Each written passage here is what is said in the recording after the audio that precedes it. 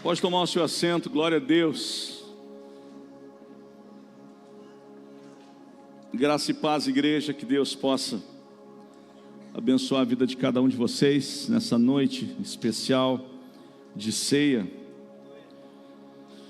Hoje eu estava fazendo um cálculo, estamos na casa hoje será a ceia de número 240, são 20 anos, né? 20 anos de história, 20 anos de história, a ceia de número 40, acredito que na pandemia, talvez esse cálculo aqui, faltou umas 2 ceias aqui, porque na pandemia nós tínhamos ceia na parte da manhã e também na parte da noite, e são 20 anos de história. Antes de eu começar a pregar falando sobre esses 20 anos de história, nós temos que celebrar esses 20 anos. Então eu te convido a você estar nessa conferência. Amém, queridos? E como pastor dessa casa, pastor presidente dessa casa, eu digo para você, não murmure em relação a essa conferência. Quem está ouvindo, diga amém. Não, diga para a pessoa que está ao seu lado, não murmure, irmão. Não murmura. Não murmura pelo valor do ingresso, porque você está abençoando a tua igreja, a igreja que você congrega. Eu nunca impedi ninguém em todos esses anos de ir em outras conferências que pagam muito mais caro. Nunca falei nada. E nem vou falar. Tem algumas coisas que não me diz respeito. Mas eu estou falando dessa casa, que é uma casa que abençoa essa cidade há 20 anos. E por que não celebrar? Nós celebramos sim e vamos celebrar. A história que temos. São muitas pessoas que entraram nesse lugar. E ainda acontece isso nos dias de hoje. Pessoas estraçalhadas, arrebentadas, algumas aprisionadas pelas trevas, e depois a gente vai vendo tantos testemunhos de pessoas libertas, restauradas, regeneradas, famílias transformadas. É isso é ser igreja. No próximo domingo, nós vamos ter a presença do apóstolo Djalma, que é o nosso pastor, vai estar pregando aqui no domingo, culto normal do domingo, mas ele está dentro da conferência, Então se você não vai, eu não vou participar da conferência, você pode vir no culto de domingo, você não vai pagar nada, quem está entendendo? Amém? Entendeu? Eu não vou participar da conferência, mas domingo é culto normal da igreja, mas ele está dentro da conferência, ele é o 3º dia da conferência, então você pode participar. O apóstolo Djalma Toledo vai estar aqui, aquele pastor que nós oramos, que tirou um tumor no estômago, e Deus acrescentou anos de vida para o apóstolo Djalma. Nós oramos tanto por ele o ano passado, teve alguns sangramentos, está bem aí já pregando pelo Brasil afora, viajando o mundo. E pela primeira vez ele vai estar domingo aqui na Seda. Ele vai estar pregando na Conferência Internacional do Mevan, no final de semana, lá no pastor Luiz Hermínio. Depois ele vem, ministra domingo de manhã aqui na Brasil para Cristo, nosso querido amigo Olavo. E depois na Seda à noite, no domingo à noite. Sábado ele já vai estar aqui com a gente participando também. Então vai ser extraordinário, amém, queridos? Na sexta-feira eu faço uma dupla com a Brasa Church no louvor aqui. Eu vou estar dando uma introdução sobre a nossa história, a história dessa igreja, o que Deus tem feito ao longo desses anos, e tem sido coisas tão extraordinárias. No sábado, meu amigão também, pastor Anderson Lima da Catch the Fire, presidente da América Latina das igrejas Catch the Fire, vai estar aqui, juntamente com a Seda e o Ministério de Louvor da Luterana de Cachoeirinha. No domingo é a Seda. Quando a gente fala Seda Music, o pessoal fica bravo, o Dani fica louco comigo. Não é. O apóstolo Djalma. E na segunda-feira nós vamos receber a banda do F-Hope de Floripa, juntamente com o apóstolo Josimar Fonseca de Campinas. Nós estávamos cantando uma canção deles aqui, né, Keila? A canção anterior a essa é a canção do F-Hope. Eles por que nós decidimos trazer eles em oração? Porque eles são igreja, não é um show, eles são igreja. Eles conhecem o ambiente de igreja. Tem a igreja em Florianópolis. Então, e nós oramos para quem vai subir, vai ministrar aqui. Eu lembro-me bem que o ano passado, em um momento bem intenso, numa quarta-feira de temporal, sem internet, de repente na terça-feira, na quarta-feira de manhã, O pastor Samuel aqui da Manancial, que é meu amigão de mais de 30 anos, ele me ligou e disse assim: Leandro, recebe hoje à noite o Josimar Fonseca aí. Eu falei: cara, como é que eu vou receber ele? Eu tenho que abençoar esse homem e tal. Recebe ele aí, não se preocupa com isso, com aquilo. E ele veio numa noite, e nós somos tão edificados através da vida desse homem de Deus. O homem de Deus tem uma palavra tão extraordinária, e ele encerra junto com o F. Hope na segunda-feira. Na segunda-feira nós teremos caravana de vários lugares, está vindo confirmado Rio Pardo, Tramandaí, Viamão, Cachoeirinha, Gravataí, vários lugares. A gente sabe que é um mês, eu não sei porquê, mas todo mundo escolheu começar o ministério no mês de maio. Então a Monte Serra faz no mês de maio, 5G Church no mês de maio, aí Vales no mês de maio. Nós vamos ter que fazer uma reunião, os pastores dizer: tá, e aí, cara? Olha aqui, quem está copiando quem? Estou brincando, né? Mas é verdade, grande parte das igrejas aqui da região metropolitana, os seus aniversários de ministério são no mês de maio. Eu acho que é porque é o mês das mães, né? Não é verdade? É verdade, eu acho que só pode ser. E nós estamos muito felizes. Serão 4 dias extraordinários. Amém? Irmão, faça um esforço. A Maíse vai dar mais detalhes depois nos avisos também. Vai haver ingresso no dia. Você que tem problema com plataforma, que não consegue entrar, acessar, não te preocupa, vai estar muito bem organizado esse lugar. Nós somos uma igreja organizada, amém, queridos? Mas venha para receber de Deus, amém, queridos? Venha e saia desse lugar, que seja uma virada de chave na tua vida. Todas as conferências que nós planejamos todos esses anos, eu me lembro que antes da enchente nós tivemos uma conferência profética com o Paulo Canuto aqui, o pastor Paulo Canuto. Uma palavra tão extraordinária, uma palavra tão profunda. Essas conferências são dias de reflexão. E para você que vai estar servindo, né, aos voluntários que vão estar servindo, deixa eu dizer uma coisa para você. Eu tenho muito orgulho de você que estará servindo aqui, porque os primeiros a desfrutarem do milagre são aqueles que servem à mesa. Isso não é invenção do pastor Leandro, para que ninguém bocudo aqui diga: o pastor está inventando. Não, é palavra. Se você não lê, eu vou te ensinar a Bíblia. Tragam umas metretas de água. Os que trouxeram, que serviram, foram os primeiros a ver o milagre da transformação da água em vinho. É servindo que eu também recebo. Então na quarta-feira à noite nós não teremos reunião, culto, mas nós teremos uma palavra a todos os voluntários dessa igreja. Todos. Nós vamos estar aqui orando, cara no pó, chorando, para que quando você entrar naquele portão, ou nos portais da entrada dessa cidade, haja um raio de ação, de poder do Espírito Santo, amém? É muito mais do que uma conferência, é um ajuntamento de corações, é um movimento do céu, gente. Nós não estamos fazendo essa conferência para ganhar dinheiro, nós corremos o risco de ficar no vermelho, mas pela misericórdia de Deus, nós não ficaremos no vermelho. Nós nunca ganhamos dinheiro com conferência aqui. Mas entenda, nós queremos mais de Deus, mais de Deus. E Deus tem sido tão fiel conosco todos esses anos, e Ele vai permanecer fiel.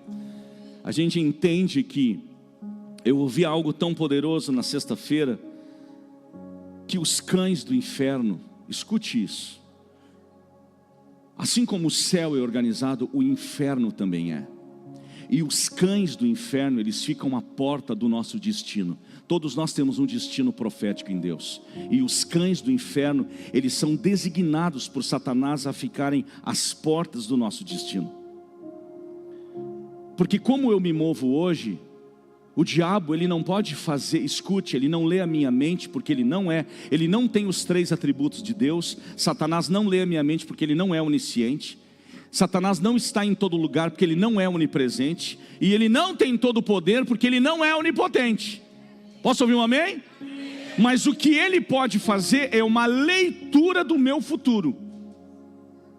Como assim, pastor? Isso é uma heresia? Não. Presta atenção no que eu vou dizer para você. A leitura que ele faz Se nós hoje ajudamos pessoas a saírem da feitiçaria, da magia negra, cuidamos de famílias, libertamos cativos, restauramos vidas, nos movemos, como é que vocês acham que Ele lê o futuro? Eu preciso parar essa igreja, eu preciso fazer com que a liderança brigue, eu preciso fazer com que eles se desentendam, que eles se odeiem uns contra os outros. Eu vou parar vocês, mas o diabo não vai nos parar. Ele não vai nos parar.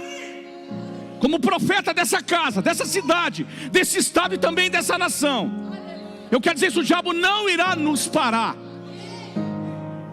Nós vamos para cima dele, gente. Então pode se levantar quantos cães do inferno vierem para tentar olhar para o nosso destino e dizer: olha, família, em breve, Anne e Jean, nós vamos estar aqui com uma bênção e nós vamos testemunhar.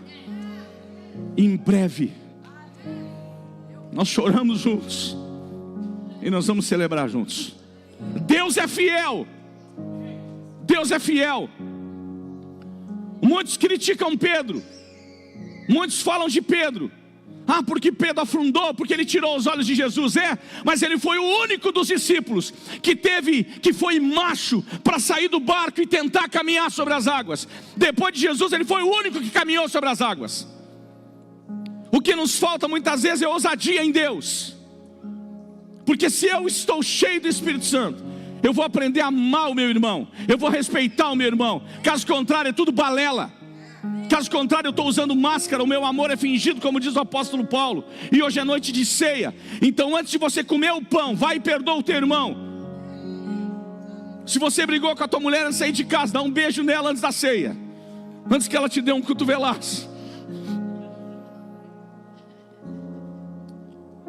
Eu estou sedento por Deus, eu quero mais de Deus. Amém, gente? Será um tempo muito precioso. Um tempo muito precioso de Deus. Eu não tenho dúvidas disso, do que Deus quer fazer. E que os cães do inferno sejam arrastados pelos anjos de guerra do Senhor. Que caia uma unção pesada. Escute isso: uma unção pesada de glória sobre nós nesses dias. Vai ser algo poderoso, muito poderoso. Talvez muitos de vocês estão começando na fé. 30 irmãos se batizaram semana passada. Homens estão, um até brincou no grupo do retiro dos homens: quando vai ter outro? Entenda, toda vez que nós estamos para subir de nível, nós vamos enfrentar uma oposição do inferno. A nossa luta não é contra carne nem sangue, não é contra pessoas, mas é contra uma oposição espiritual. E nessa noite o diabo sabe que eu estou me dirigindo a ele e às suas hostes celestiais. Amém? Então vamos para o texto bíblico. Abra em Atos capítulo 10. Atos capítulo 10, eu quero trazer uma palavra antes da ceia. Eu tenho que orar pelas mães também, porque hoje é o dia de vocês, mamães. Eu já comi churrasco com a minha mãe hoje. Nós precisamos orar por vocês. Atos capítulo 10. Onde é que está esse livro, pastor? É o 5º livro do Novo Testamento: Mateus, Marcos, Lucas, João e Atos dos Apóstolos, capítulo 10. Hoje é a 6ª mensagem da série De Casa em Casa. E hoje eu quero trazer uma palavra cujo título é: A minha casa é uma bênção. Se você concorda que a tua casa é uma bênção, levanta a mão, bem alto. Se ela não é, ela vai ser.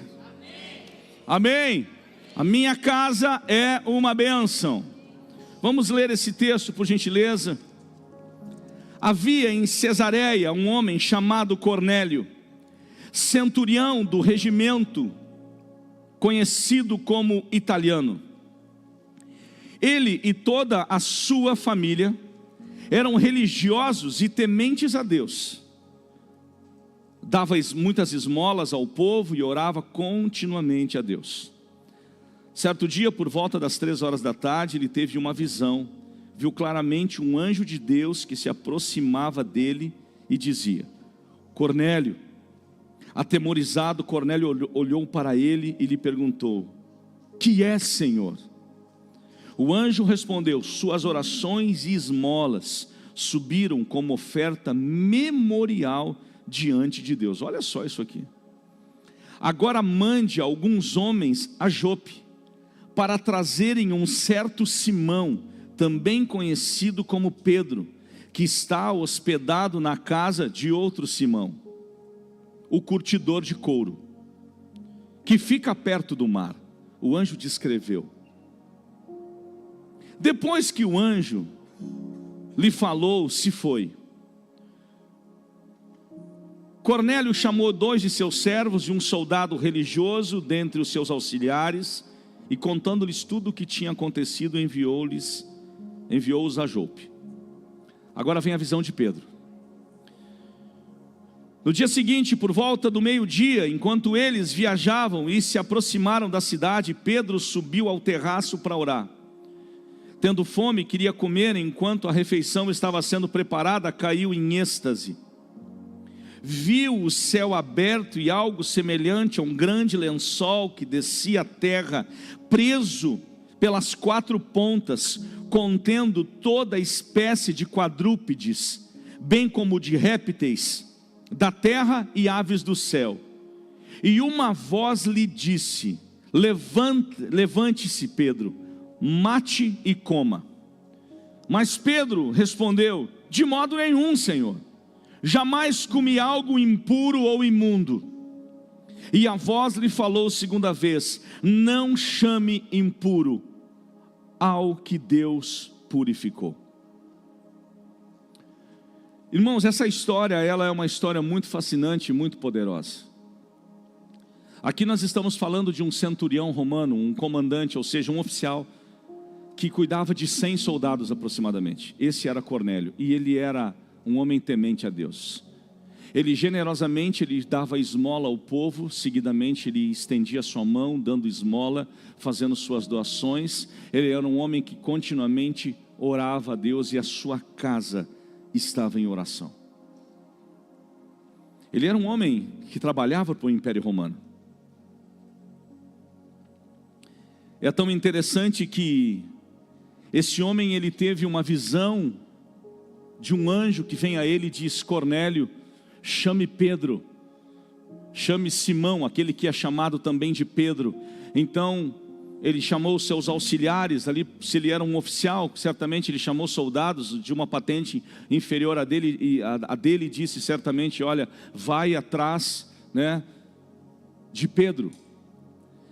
Isso por volta de 3 horas da tarde. E Pedro, ao meio-dia, enquanto esses homens se dirigiam, porque era uma distância, ele estava em Cesareia, havia uma distância entre eles, Pedro estava em êxtase, orando.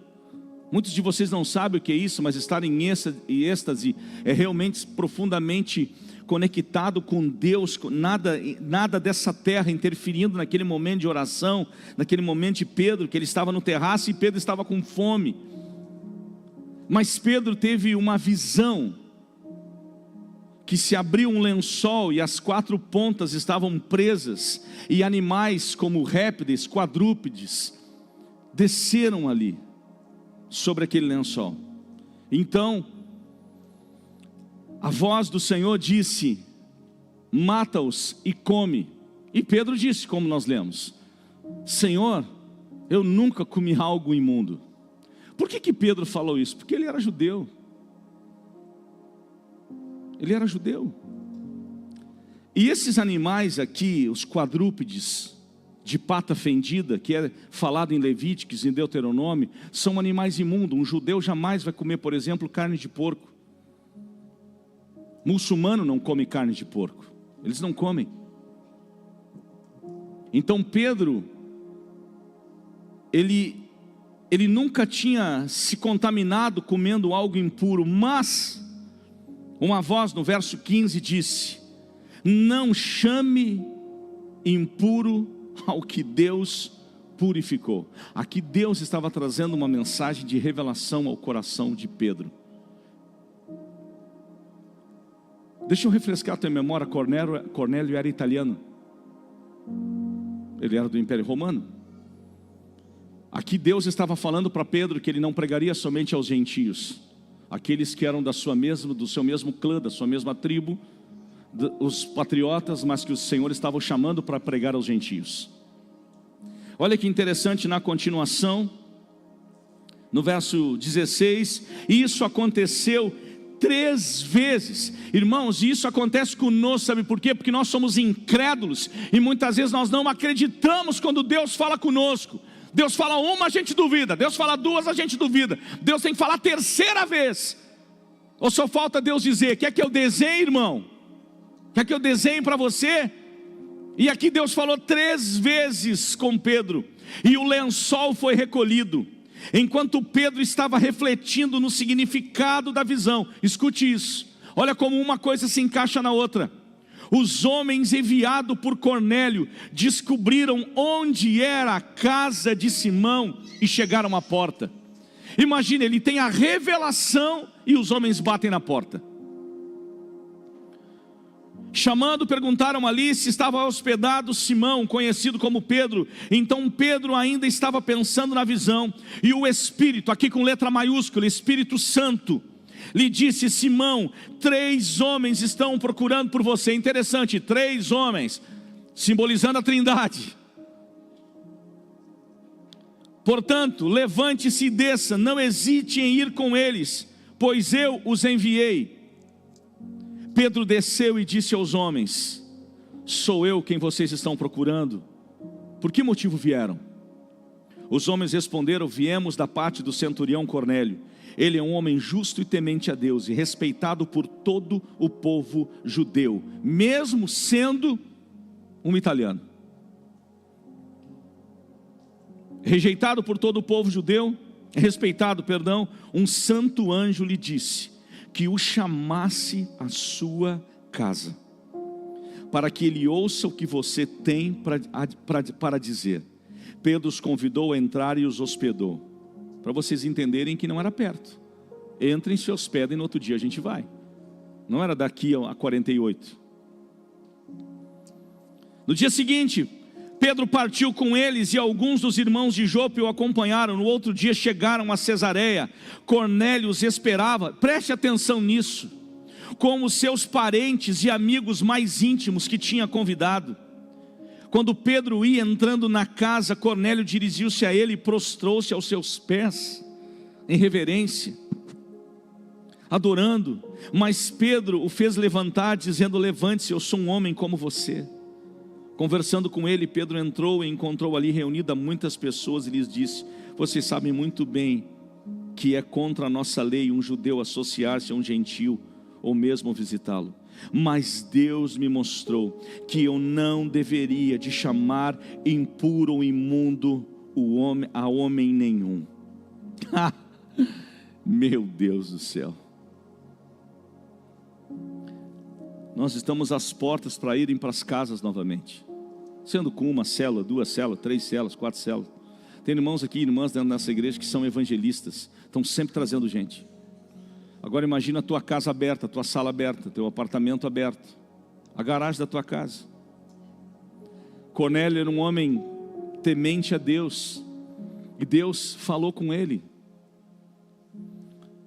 e Deus teve que falar com Pedro de uma forma, porque irmãos, Deus sabe como fala conosco, com cada um de nós. A maneira que Deus fala com a Vaste, com a pastora Vaste, não é a maneira que Ele fala comigo. A maneira que Deus fala com a irmã tal, com a dona Ana, é diferente como Ele vai falar com a Maria, porque Deus nos conhece, mas Ele vai falar conosco.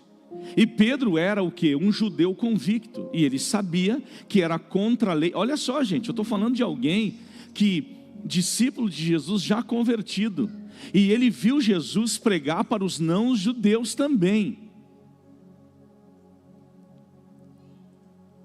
Então, dentro do seu sistema de crença, de religiosidade, ele não queria fazer nada contrário àquilo que ele achava que era imundo.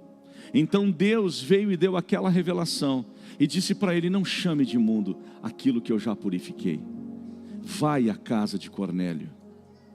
E Cornélio convida parentes, amigos, abre a sua casa e está esperando Pedro. Ali houve uma reunião, ali houve um GC, ali houve uma célula, ali houve uma reunião de edificação. Não era uma reunião de fofoca para falar da vida dos outros, porque crente gosta de falar da vida dos outros, mas era uma reunião de edificação.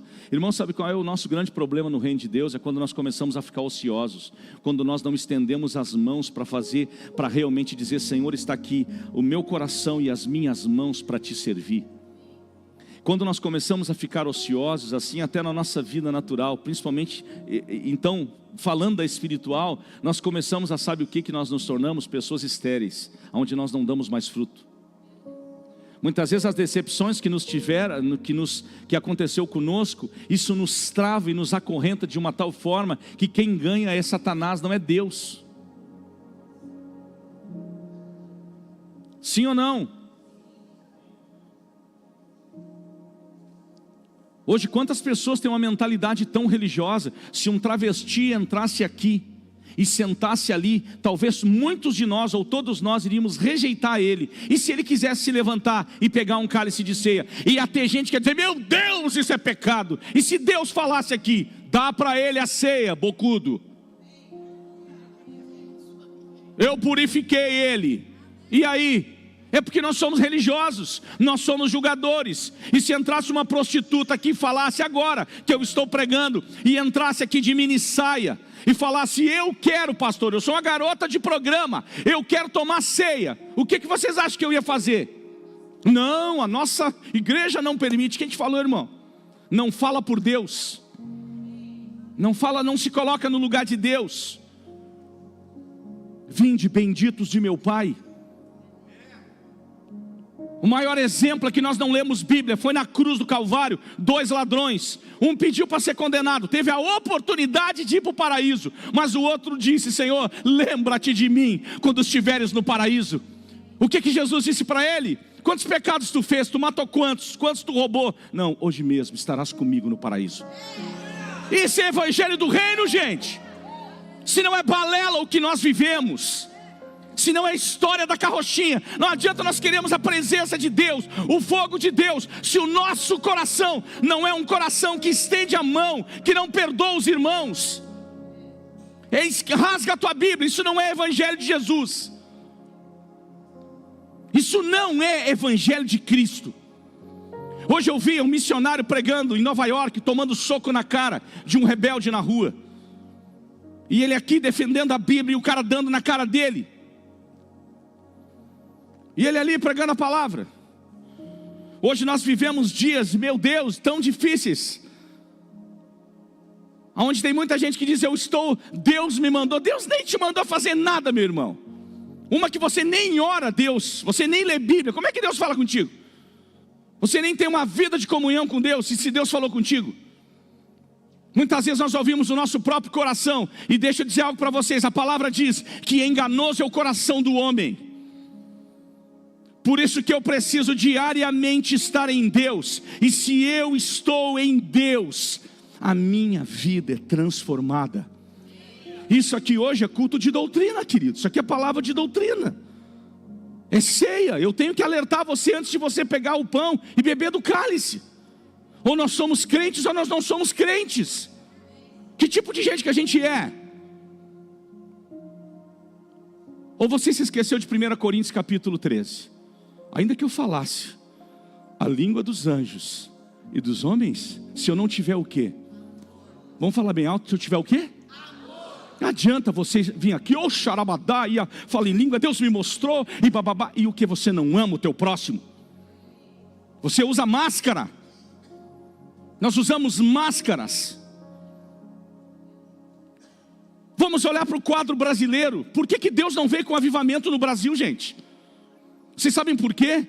Porque pastores são falcatruas, homens do reino que estão... Olha quantos escândalos.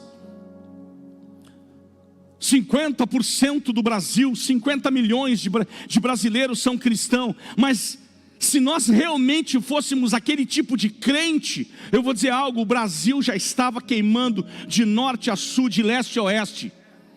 O Rio Grande do Sul é um dos estados mais difíceis. Eu posso dizer para vocês que eu já estive em todas as regiões do Brasil. É difícil. Aqui não é brincadeira. Alvorada. Alvorada não é para qualquer um, irmãos. Aqui você encara Beelzebu numa esquina. Muitos nem sabem o que é isso, é figurinha, pastor. É Marvel. Não, irmão, é que você não entende. Você não sabe o que é isso, é uma entidade maligna. O que nós enfrentamos a nível de magia negra nessa cidade, eu não tenho medo de falar isso. O que nós enfrentamos de feitiçaria, o que nós enfrentamos de uma oposição espiritual. E muitas vezes nós estamos nos degladiando, achando que nós estamos agradando a Deus, como justiceiros de Cristo. Nós estamos nos aliando ao poder das trevas, das potestades, e principalmente do principado local. Olhem para mim, gente, olhem para mim, que essa palavra é profética nessa noite. É uma pré-conferência para você. Cornélio queria a presença de Deus na sua casa. Quando eu tenho a presença de Deus na minha vida, a minha resposta é fruto. E o principal fruto, repito, é o amor. Eu não tomo ceia de uma forma religiosa, porque eu tenho que cumprir um protocolo. Porque eu sei que Jesus morreu por mim e derramou seu sangue precioso. Deus nos fez promessas ao longo desses anos, e Ele irá cumprir todas elas. Todas elas. Todas elas. E nós precisamos estar aptos a dizer: Senhor, eis-me aqui. Aí tem tanta gente, né? Eu quero ir para a África. Irmão, tu não ganhou o teu irmão que mora, o teu vizinho que mora do lado da tua casa, tu quer ir para a África ser missionário. Desculpa. Eu quero ir para a Índia. Quer ir para a Índia, nunca ganhou ninguém. Os vizinhos, quem é o fulano? Nem conheço, não sei quem é.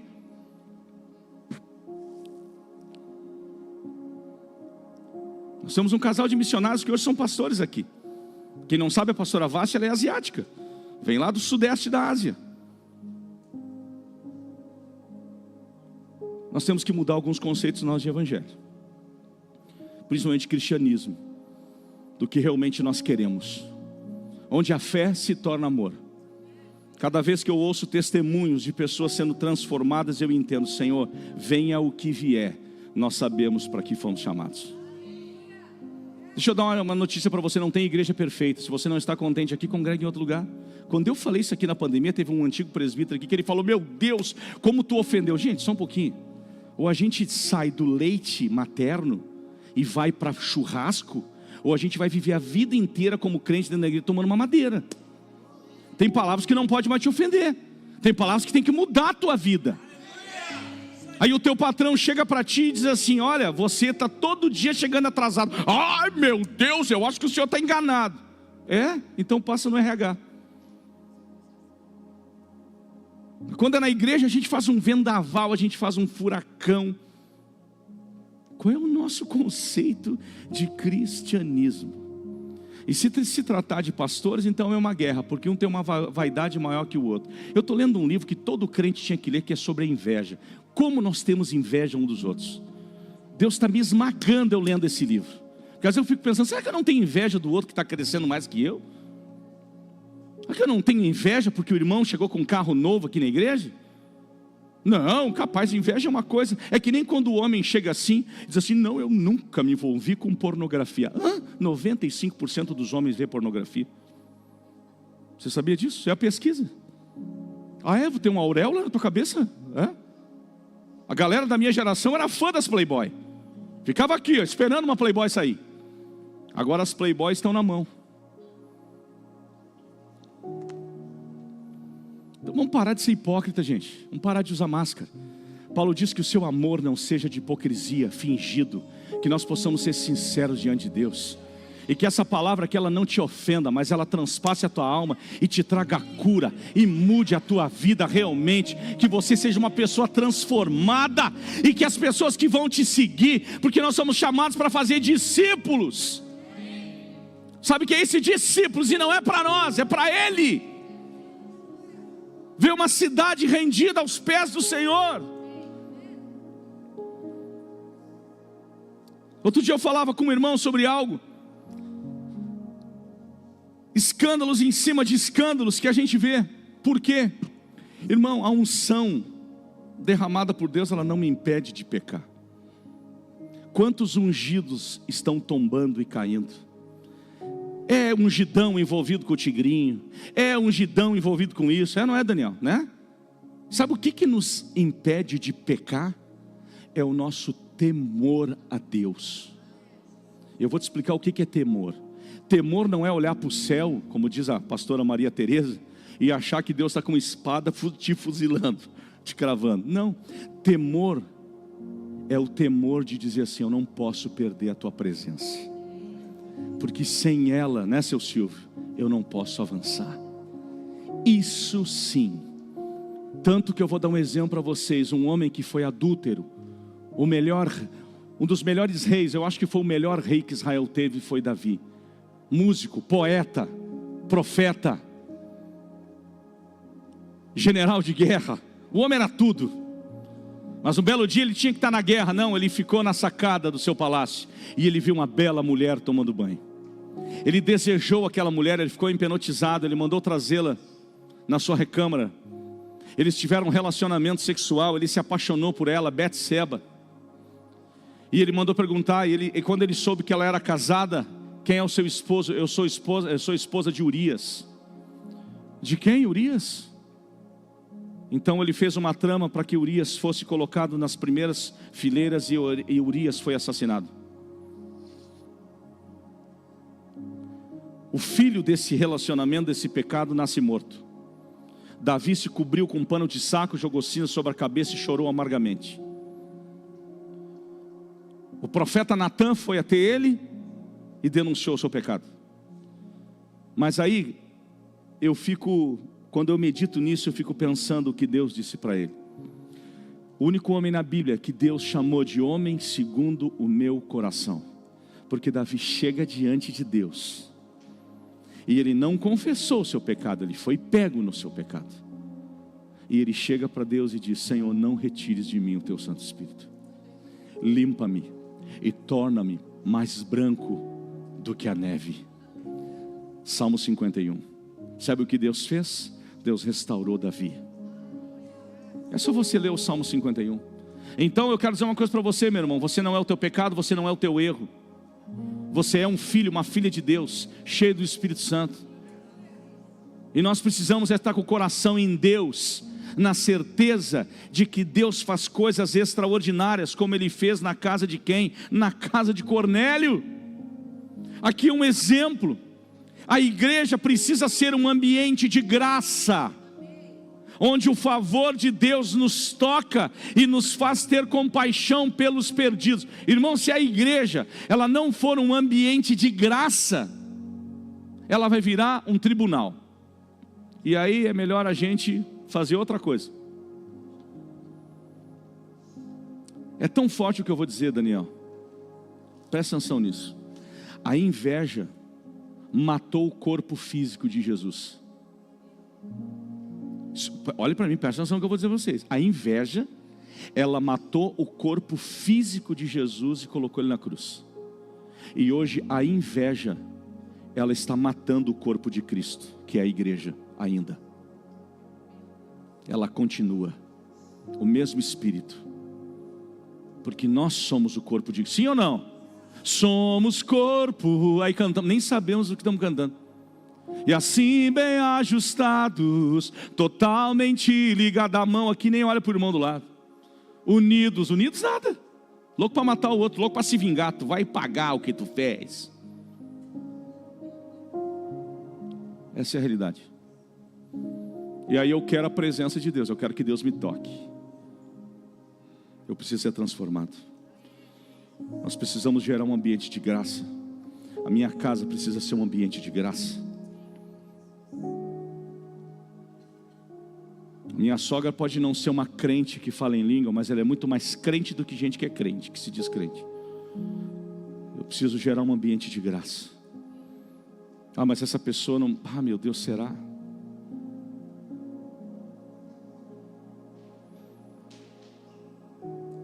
Uma vez eu fui chamado para fazer um funeral de uma ex-mãe de santo aqui da cidade. Toda vez que ela vinha no culto, ela vinha e ela queria beijar minha mão. E eu deixava ela beijar minha mão, porque eu sabia o ritual lá dentro e eu respeitava ela. Ela vinha e ela beijava minha mão. E eu não estou falando de intolerância religiosa, porque eu a respeitava e ela nos amava. Então ela vinha e beijava minha mão. Quando ela faleceu, o seu genro me ligou e disse: pastor, eu estou constrangido, mas será que o senhor faz o funeral dela? Eu falei: faço, eu vou lá. E eu fui lá no cemitério novo, e quando eu cheguei tinha muitas pessoas de religião. Então eu me lembro que chegou aquele momento ali, a família, e eu estava do lado do caixão. A senhora, que eu tinha um carinho tão grande por ela, eu sempre abraçava ela quando alguns cultos que ela vinha, e ela aceitou Jesus. Aceitou Jesus. E naquele dia eu disse: o verdadeiro evangelho de Jesus, ele não tem vingança, ele não prega ódio, ele não destrói casamentos, ele é reconciliador. Nós somos chamados pelo Espírito para ter, sabe o que? O ministério da reconciliação. Quando a gente não entende isso, a ficha do cristianismo não caiu em nós. É o ministério da reconciliação que Paulo fala. E eu me lembro que quando eu fiz aquela cerimônia, aquele ato fúnebre, foi algo tão precioso de Deus. Muitos vieram me abraçar e eu saí abraçando cada uma daquelas mulheres, daquelas mães de santos com seus turbantes. Eu abracei cada uma delas e beijei aquelas senhoras respeitosamente. Mesmo eu não concordando com questões dogmáticas e religiosas, mas eu as beijei e as abracei. E muitas delas vieram a mim chorando e falaram: muito obrigado, pastor, pelo seu coração. Aí eu digo para vocês, o que vale mais, um ato daquele, ou um culto onde eu falo em língua e viro a cara para o meu irmão aqui no final do culto? Essa resposta fica com vocês.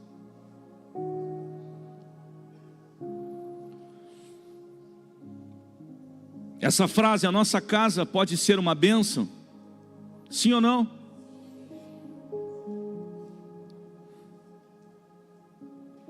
Até me perdi aqui agora.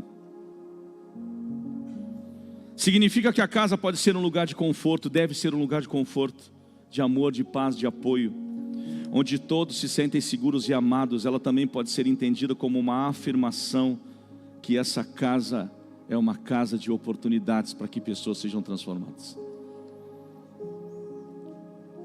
A casa de Cornélio virou um lugar de bênção. A tua casa tem que ser um lugar de bênção. Amém. A tua casa tem que ser um lugar de bênção. A tua empresa pode ser um lugar de bênção. O teu trabalho, o teu grupo da faculdade, não sei, tem que se tornar um lugar de bênção. E eu já estou na reta final da minha mensagem. Neemias, eu vou pedir para projetar esse texto, Neemias 4,14. Deus deu uma palavra lá no tempo da reconstrução do templo. Neemias 4,14 diz: fiz uma rápida inspeção e imediatamente disse aos nobres, aos oficiais e ao restante do povo: não tenham medo deles, dos opositores. Lembrem-se que o Senhor é grande e temível, e lutem pelos seus irmãos, por seus filhos, por suas filhas, por suas mulheres e por suas casas. Então eu digo para vocês: lute pelos seus irmãos, lute pelas suas irmãs, lute pelos seus casamentos, lutem pelos seus filhos, lutem por suas famílias. Não entregue de mão beijada para as trevas. Lute, lute pelos teus sonhos, lute por aquilo que realmente está queimando no teu coração, que não seja algo que venha ferir Deus. Bola para frente, avança, vai, Deus tem tanta coisa para você. Mas que acima de tudo, queridos, o nosso coração possa ser um coração de compaixão, aonde nós chegamos do jeito que chegamos e saímos transformados. Esse é o poder do Evangelho. Eu posso chegar todo torto, mas eu tenho que sair diferente.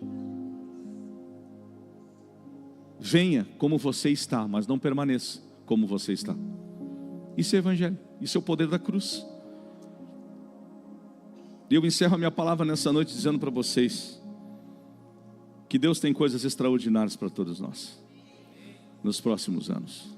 Eu creio nisso.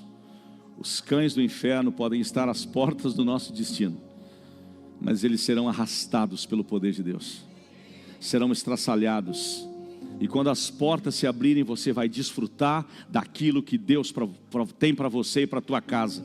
Se você crê, você diz amém. É isso aí, então pega isso para você. Eu quero chamar o ministério de louvor, nós vamos nos preparar, porque vamos para a ceia.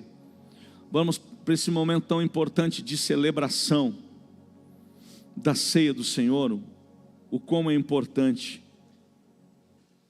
nós entendemos do que se trata essa mesa, esteja ela decorada ou não.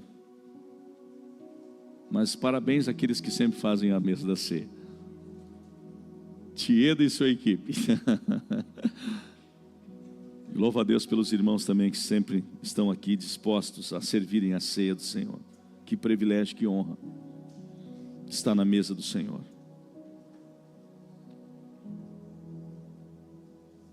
Enquanto o louvor se prepara, eu quero descer para ler esse texto. Nós já podemos projetar 1 Coríntios capítulo 11, a partir do verso 23.